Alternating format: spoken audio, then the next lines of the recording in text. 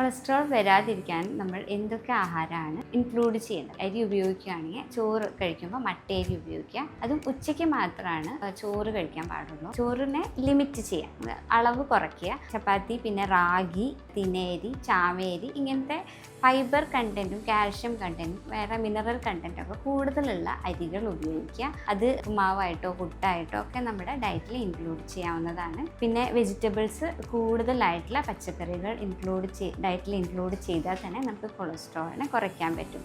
പച്ചക്കറികളിൽ പിന്നെ ഇലക്കറികൾ കൂടുതലായിട്ട് ഇൻക്ലൂഡ് ചെയ്യുക. അതേപോലെ കുമ്പളങ്ങ, മത്തങ്ങ, കൈപ്പയ്ക്ക, പടവലങ്ങ ഇങ്ങനത്തെ പച്ചക്കറികളിലൊക്കെ ഫൈബർ കണ്ടൻറ്റ് കൂടുതലായിരിക്കും.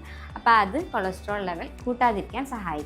അതുപോലെ മുതിരയൊക്കെ നല്ലതാണ്. പിന്നെ പയർ വർഗ്ഗങ്ങളൊക്കെ കൊളസ്ട്രോൾ കുറയ്ക്കാൻ നല്ലതാണ്. കടല ഇതൊക്കെ കൊളസ്ട്രോൾ കുറയ്ക്കാൻ സഹായിക്കും. ഇനി നമുക്ക് കൂടുതലായിട്ട് ഉപയോഗിക്കാവുന്ന സാധനമാണ് വെളുത്തുള്ളി, ഇഞ്ചി, മഞ്ഞപ്പൊടി, പിന്നെ കൊത്തമര കൂടുതലായിട്ട് കഴിക്കുന്നതും വെണ്ടക്കായ കൂടുതലായിട്ട് കഴിക്കുന്നതും, അതുപോലെ മുരിങ്ങയില ഇവയൊക്കെ കൊളസ്ട്രോൾ കൺട്രോൾ ചെയ്യുന്ന രീതിയിൽ ഉപയോഗിക്കാവുന്നതാണ്. കൊളസ്ട്രോൾ വരാതിരിക്കുവാനും വന്നവരിൽ അത് കൺട്രോൾ ചെയ്തു പോകാനും ശീലിക്കേണ്ട ആഹാര രീതികളെക്കുറിച്ചാണ് ഇനി പറയാൻ പോകുന്നത്.